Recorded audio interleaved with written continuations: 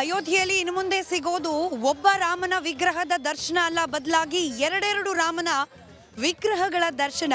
ಯಾಕೆ ಹೀಗೆ ಹೇಳ್ತಿದ್ದೀವಿ ಅಂತಂದರೆ, ಈಗ ಏನು ಅರುಣ್ ಯೋಗಿರಾಜ್ ಅವರ ಕೈಯಲ್ಲಿ ಅರಳಿರುವಂತಹ ರಾಮಲಲ್ಲನ ವಿಗ್ರಹ ಅದನ್ನು ಪ್ರಾಣ ಪ್ರತಿಷ್ಠಾಪನೆ ಮಾಡಲಾಗುತ್ತೆ ಜನವರಿ 22ನೇ ತಾರೀಕು.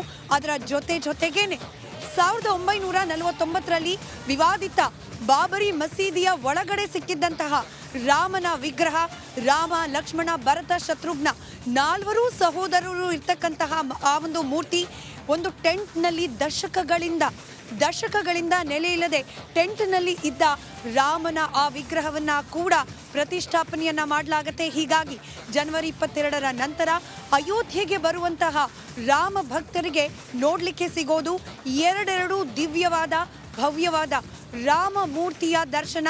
ಬಹುಶಃ ನೀವೀಗ ಆಲ್ರೆಡಿ ರಿಪಬ್ಲಿಕ್ ಕನ್ನಡದ ಸ್ಕ್ರೀನ್ನಲ್ಲೂ ಕೂಡ ಗಮನಿಸ್ತಿರ್ತೀರಿ.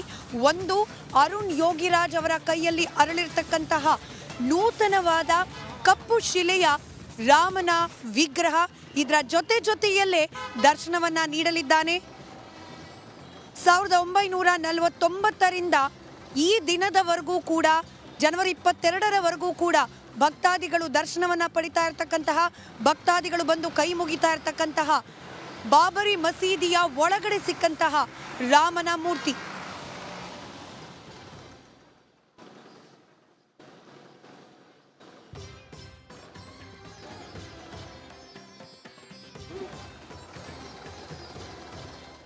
ದೃಶ್ಯದಲ್ಲಿ ಗಮನಿಸ್ತಾ ಇದ್ದೀರಿ, ಎರಡೆರಡು ರಾಮನ ಮೂರ್ತಿಯನ್ನ ಕಣ್ತುಂಬಿಕೊಳ್ಳುವ ಸೌಭಾಗ್ಯ ಅಯೋಧ್ಯೆಗೆ ಬರುವಂತಹ ರಾಮ ಭಕ್ತರಿಗೆ ಇನ್ಮುಂದೆ ಲಭ್ಯವಾಗುತ್ತೆ.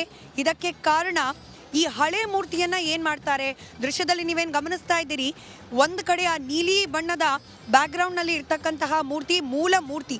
ಇದೇ ಮೂರ್ತಿ ಈ ದಿನಕ್ಕೂ ಕೂಡ ಪೂಜೆಗೆ ಒಳಪಡ್ತಾ ಇರೋದು.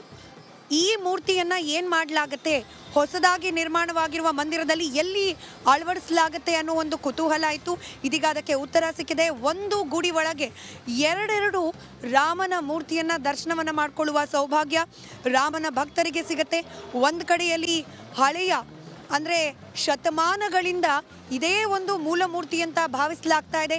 ಇನ್ಫ್ಯಾಕ್ಟ್ ರಾಜ ವಿಕ್ರಮಾದಿತ್ಯ ನಿರ್ಮಿಸಿದಂತಹ ಭವ್ಯವಾದ ರಾಮ ಮಂದಿರದಲ್ಲೂ ಕೂಡ ಇದೇ ಮೂರ್ತಿಯನ್ನು ಪ್ರತಿಷ್ಠಾಪನೆ ಮಾಡಲಾಗಿತ್ತು ಅನ್ನೋ ಪ್ರತೀತಿ ಇದೆ. ಅದಾದ ನಂತರದಲ್ಲಿ ಬಾಬರ್ನ ಸೇನಾಧಿಕಾರಿ ಆತ ಬಂದು ಮೀರ್ಬಾಕಿ ಬಂದು ಮಂದಿರವನ್ನು ಧ್ವಂಸಗೊಳಿಸ್ದ ಅನ್ನೋ ಒಂದು ಪ್ರತೀತಿ ಏನಿದೆ, ಅಲ್ಲಿ ಮಸೀದಿಯನ್ನು ನಿರ್ಮಾಣ ಮಾಡ್ದ ಅಂತ ಒಂದು ಪ್ರತೀತಿ ಇದೆ. ಅಲ್ಲಿದ್ದ ಮೂರ್ತಿ ಇದು. ಇದನ್ನು ಕೂಡ ಗರ್ಭಗುಡಿಯ ಒಳಗಡೆ ಅದರ ಅತ್ಯಂತ ಸಮೀಪದಲ್ಲೇ ಪ್ರತಿಷ್ಠಾಪನೆಯನ್ನು ಮಾಡಲಾಗುತ್ತೆ. ಹೀಗಾಗಿ ಅಯೋಧ್ಯೆಗೆ ಬರುವ ರಾಮ ಭಕ್ತರಿಗೆ ಎರಡೆರಡು ರಾಮಲಲ್ಲನನ್ನ ದರ್ಶನ ಮಾಡಿಕೊಳ್ಳುವ ಸೌಭಾಗ್ಯ ಇನ್ಮುಂದೆ ಪ್ರಾಪ್ತಿಯಾಗತ್ತೆ.